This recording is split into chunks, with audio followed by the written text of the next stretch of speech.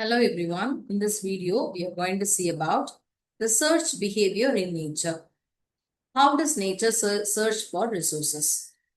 So imagine you and your friends get lost in the forest and you need food, water and shelter. So what is your preference of search? Will you always prefer to search alone or you will try to search with your friends?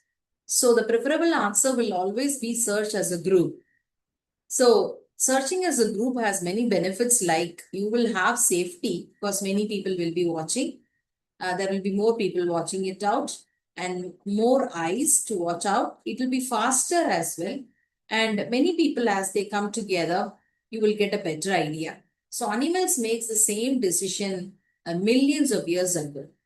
So there are many survival strategies that is followed by the animals. So example, you take scenario one where there is one deer and one tiger.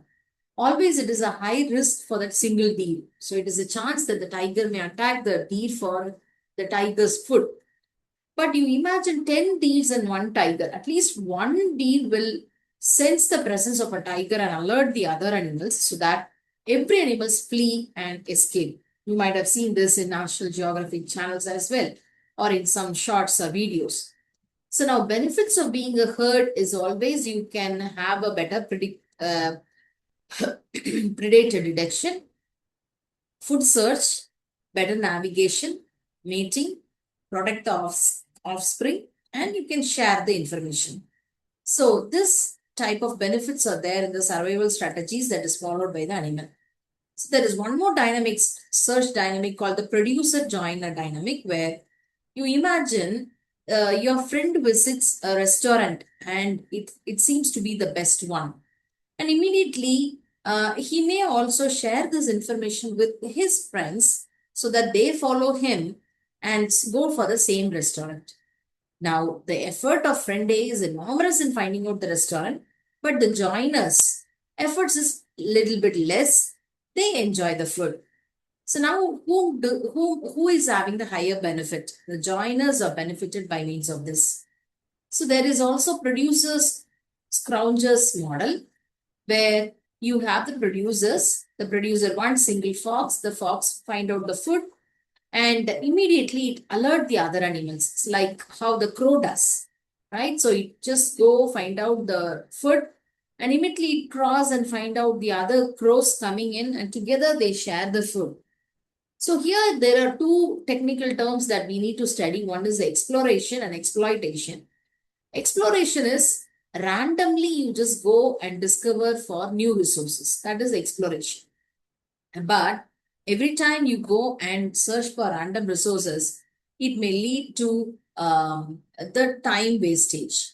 Okay, every time randomly we cannot go for exploration. So exploitation is you visit the already known place or you visit the place that is given by your friend and there you can explore for new resources. Okay, so that is what is exploitation is. So computers also does this many times. It follows balanced strategies of exploration and exploitation in the search methods, especially whenever it has to search for the best solution or the fit solution. It does exploration and exploitation. So this is what is exactly an optimization algorithm is. So there are four search behaviors. One is area copy. So I'm searching where you searched. So I'll also be in a place where you are and do the searching. Second one, I am going to follow you. So tracking others very closely, like how the ants does. And the third one is joining. So together we'll unite and do the search. Then the fourth one is snatching. Okay, you got it and I need it. So I'll just take the resource from you. So it is like taking away the discovered resources. These are the four famous searching strategies that an optimization algorithm can copy from the nature. So, for example, you think about cooperation. So, in sports, okay, so very good sport. If your team is disorganized, obviously it is going to lose. If there is a good cooperation, then the team is going to win. So, there are four types of cooperation. One is coordination, That is, everyone works simultaneously. Obviously, you think about moving a furniture. The furniture has to be handled in a proper angle, proper height. So suppose one person miss out the height, one person miss out the balance, obviously that is not going to work. So the second time is a collaboration where different people perform the different tasks. For example, one person involved in coding, the other person involved in testing, the other person involved in designing, the other person involved in presentation. So that is called collaboration. And the third type of cooperation is deliberation, where everybody does a brainstorming session and handle which is the best, right? And here you have a collective idea of all the people. And next comes the cooperation, where everybody contributes to a job. Okay, example, you clean a classroom, everybody contribute to that cleaning the classroom, right? So these are the four types of cooperation. In terms of communication, already in the previous hour we discussed about communication. So one is a direct communication where using birds, they just call bee dancers when they find out the best food resource. Then the monkey sounds whenever a food is there, whenever a danger is there, the monkey will give out the sound. These are the direct information transfer. What is an indirect information transfer?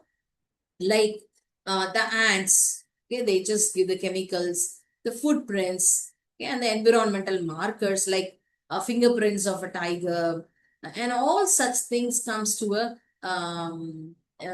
the environmental markers, right? So all these are the different types of communication. So what about ecological relationships and how the computer adopted? Number one is the symbiosis. So symbiosis is a honeybee getting nectar from a flower. But here, both the people are getting benefited. For example, the honeybee gets the honey and the nectar of the flower. Okay, the pollen grains are shifted in the flowers. Okay, predator and prey, one wins, the other loses. Best example is tiger chasing a deer. And host and parasite, the beneficiary is the parasite, and the host is the infection or the sufferer. One benefits and one suffers. So similarly, the computer scientists also learn from this ecology and adapt it for direct chase, group coordination, and the spread foraging.